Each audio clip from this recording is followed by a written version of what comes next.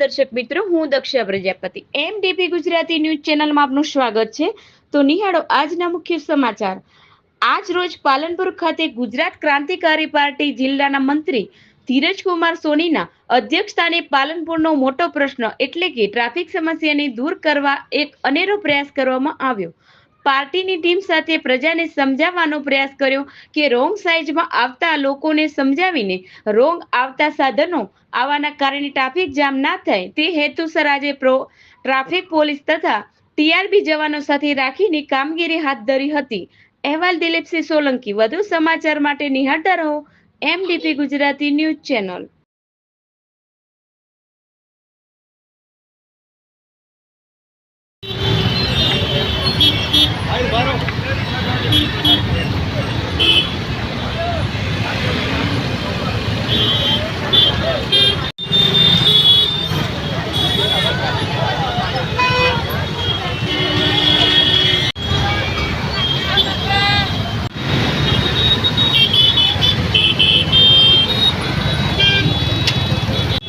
ધીરજ સોની, બનાસકાંઠા જિલ્લા મંત્રી, ગુજરાત ક્રાંતિકારી પાર્ટી।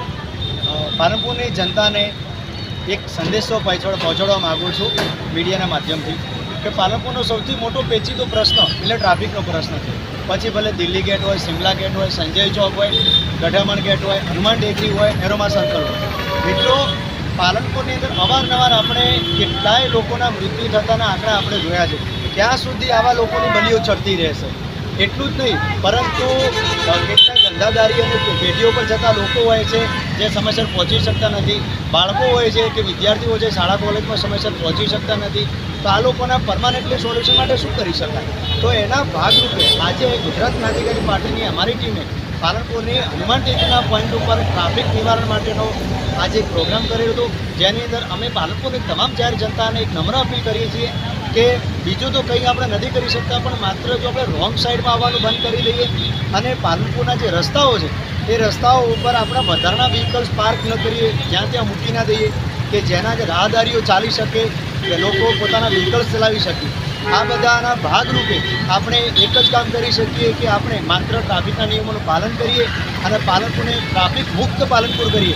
પ્લાસ્ટિક મુક્ત કર્યું, બધું આપણે કર્યું, પણ પાલનપુરને એક જ પેચીદો પ્રશ્ન છે ટ્રાફિકનો। આ ટ્રાફિકનો પરમાનન્ટલી પ્રોબ્લેમ સોલ્વ કરવા માટે આપણે બધા જાગવું પડશે। આપણે પોતે જ જો ઘણા બધા લોકોએ ચળવળ ચડાવી છે, આવેદનપત્ર આપ્યા છે, પરંતુ હજુ સુધીનું પરમાનન્ટલી સોલ્યુશન કોઈ આવ્યું નથી। પરંતુ પરમાનન્ટલી સોલ્યુશન માટે આપણે બધાએ જ મેદાનમાં ઉતરવું પડશે, ટ્રાફિકના અવેરનેસના પ્રોગ્રામ કરવા પડશે, તો જ પાલનપુરના પ્રોબ્લેમમાંથી આપણે બહાર નીકળીશું। હનુમાન ટેકરીનો પ્રોબ્લેમ અમે જોતા અમને એવું લાગ્યું છે કે આના પરમાનન્ટલી સોલ્યુશન માટે જોઈએ એક નાણાંની વ્યવસ્થા થાય તો આનો પ્રોબ્લેમ સોલ્વ થઈ શકે છે। તો બધા આપણે જાગીએ અને પાલનપુરની અંદર જ્યાં જ્યાં શોપિંગ સેન્ટર બધા ચાલે છે ત્યાં આગળ વધારાના જે વ્હીકલ્સ બહાર મુકાય છે એ વ્હીકલ્સની અટકાયત કરવામાં આવે અને વ્હીકલ્સ પાર્કિંગની જે જગ્યાઓ ત્યાં મૂકીએ તો સિટીની ટ્રાફિક પણ આપણે કંટ્રોલ કરી શકીએ।